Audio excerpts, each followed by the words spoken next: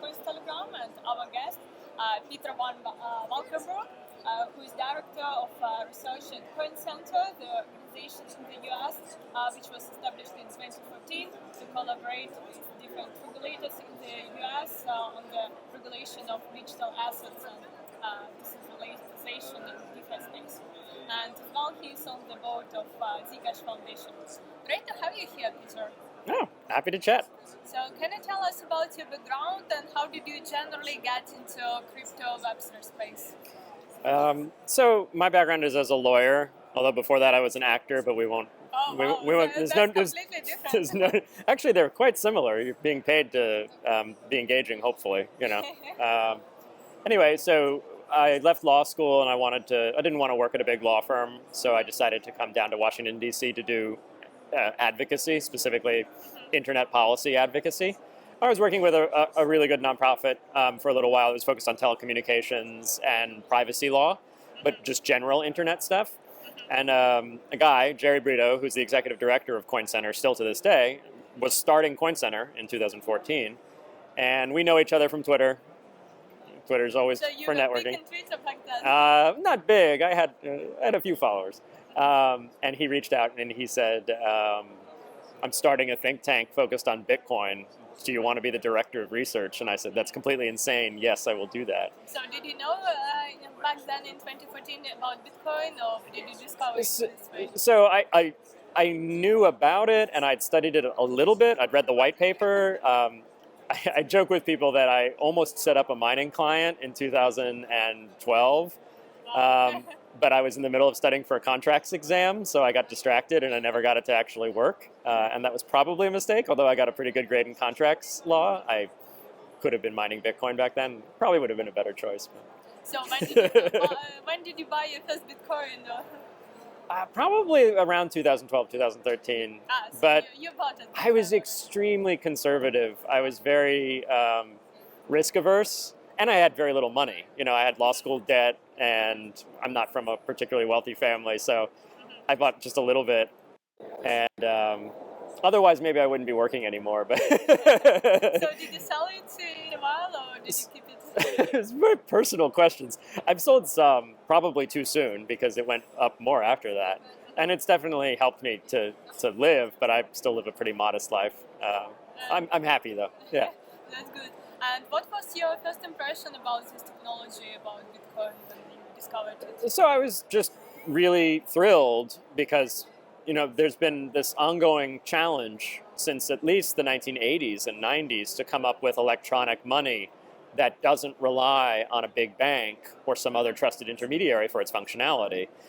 It's sort of, especially before crypto, was sort of a niche project that, you know, only so many people in the cypherpunk movement and the computer science community were working on, either because they were ideologically motivated because they wanted privacy, or because they were just really smart technologists who saw a challenge, because it's a really big challenge, and wanted to deliver an answer. So you think like David Chaum with e-money and whoever Satoshi was, and that group of people that worked on those early projects.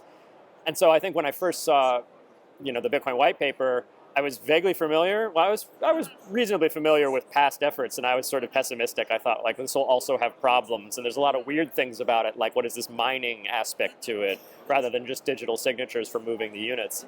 And my skepticism was wrong, but I was also very excited to finally see something actually gain traction and work, because, you know, Chaum could never get the banks to actually issue the units that would have otherwise been a very, you know, private and decentralized you know, digital currency. So getting rid of the banks and just having anybody be able to issue by mining the Bitcoin blockchain was a brilliant solution in hindsight. And just, it's an amazing project. Obviously, I've dedicated the last 10 years of my professional life to this, so I still believe in it. And especially its, you know, potential for addressing humanitarian concerns, for allowing people to have personal privacy and the right to speak and put their content or their information out there in censorship-resistant ways. So, yeah. And with CoinCenter, I guess everything started only with Bitcoin first, because there was nothing really much. Yeah, in 2014, I mean, the Ethereum pre-sale was just getting going.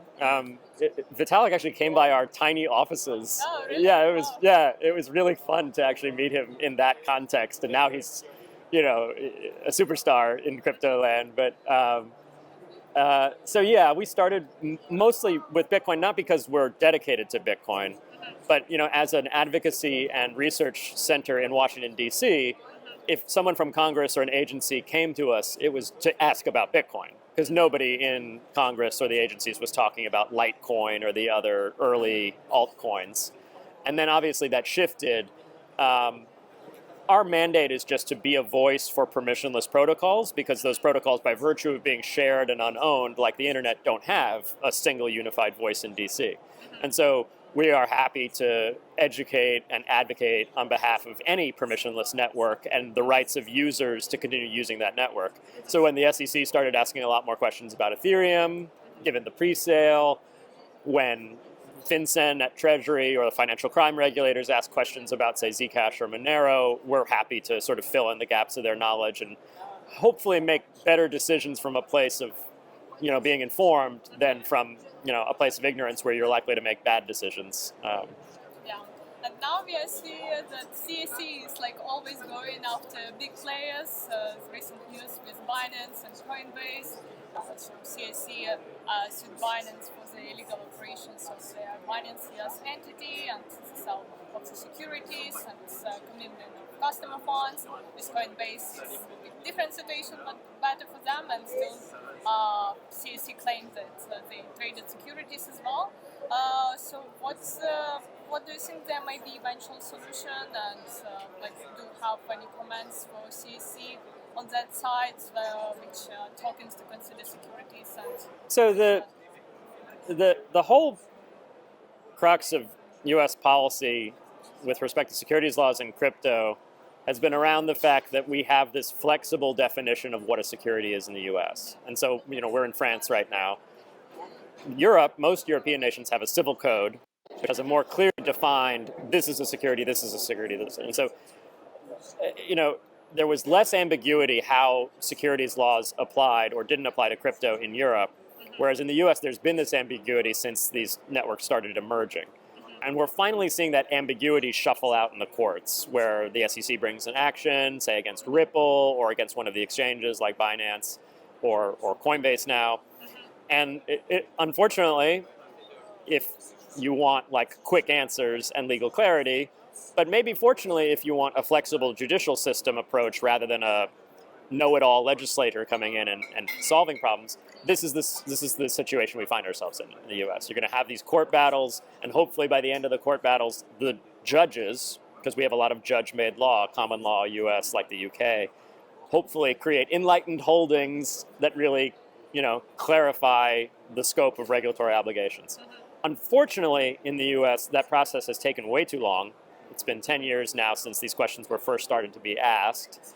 And too many projects have simply settled with the SEC because they're scared of big fines. And a lot of those projects are actually bad, too. So they settle because they know that they're not actually decentralized, or they settle because... So which projects do you consider to be bad and not really? I won't talk about any specific projects. I mean, it's very easy for your audience to go out and dig up a lot of opinions on that topic. But just generally speaking, when people settle rather than fight it out in court, you don't end up with a precedential record. And so the SEC can come back again and again and again, and the industry can keep dodging, and you end up with this bad situation where you've got a lot of lack of clarity. And this might now be the time for Congress to step in and solve that problem, because the courts are taking too long. And there are efforts in both the House and the Senate to create new legislation that would clean up the lines of jurisdiction for the SEC, the CFTC, which is the commodities regulator in the U.S., and say what's in and what's out. But it's hectic times right now because of that ambiguity.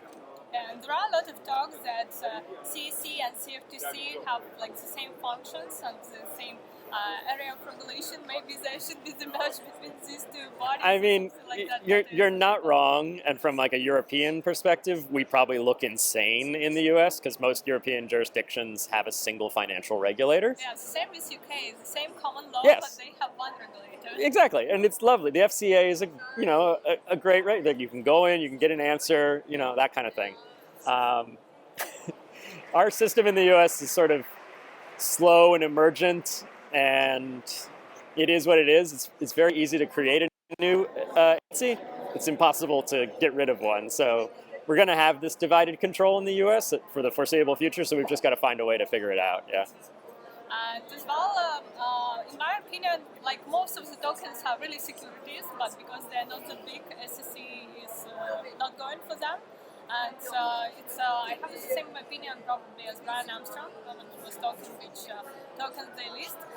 Like still many tokens they first in the pre-sale, like people usually invest into those because they expect to get profits in the future. Yeah. There may be not always utility, but since those projects develop much more, they get the community, so they in a while get some utility because people really use the token in the ecosystem, and generally they become more decentralized. Right. So yeah, you're identifying the correct legal standard and how you'd interpret it in the context of this technology, which is there an investment of money in a common enterprise where you're reliant for expectation of profits on third parties or promoters.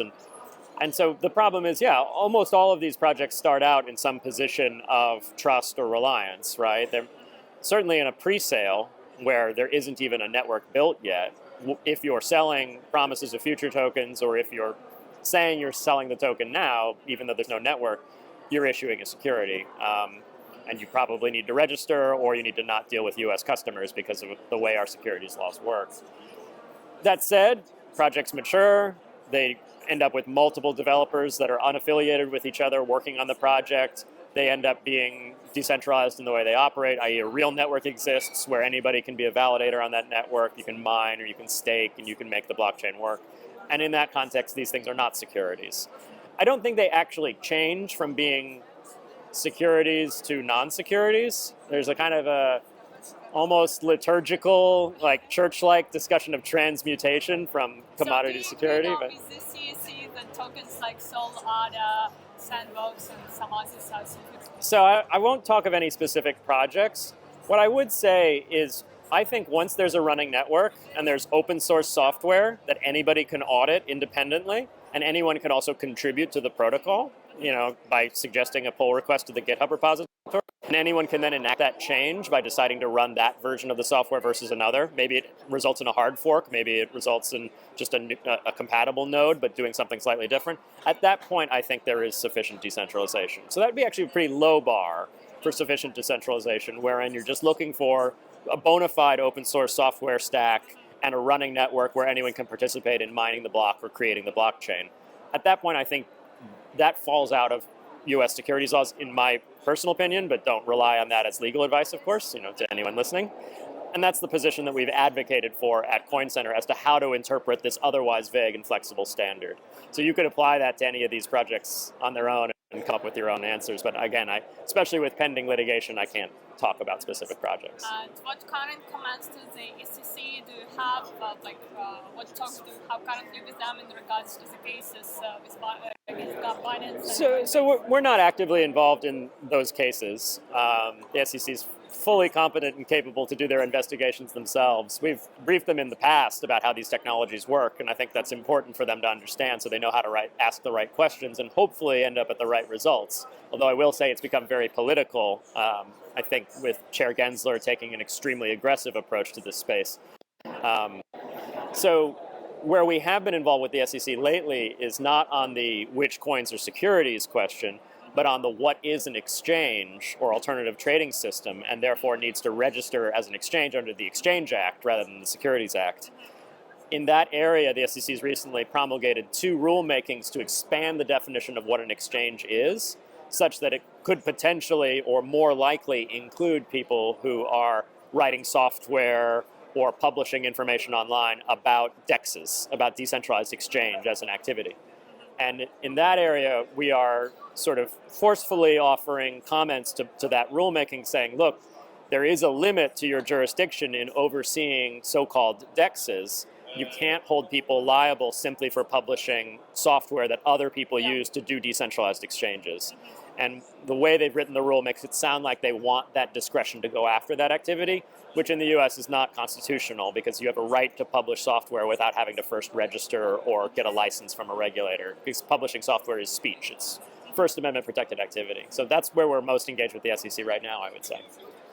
What's your opinion on the approach to regulate DAOs? Now we have another use case and precedent with the US deciding that with Cookie DAO case, the DAO should set up their entities. Yeah.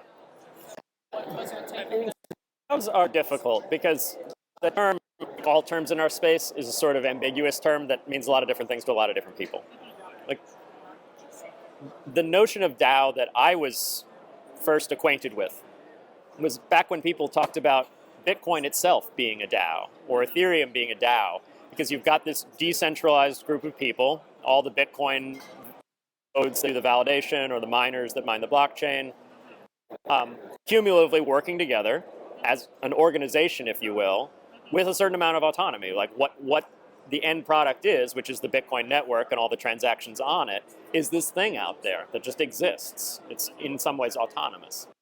That activity, that characterization of decentralized autonomous organization is very different than what I think has become of late the sort of what people think of when they think of DAOs, where it's anybody who has a token gets to vote, and they get to vote on changes to the protocol or maybe some other particular aspect of so-called governance.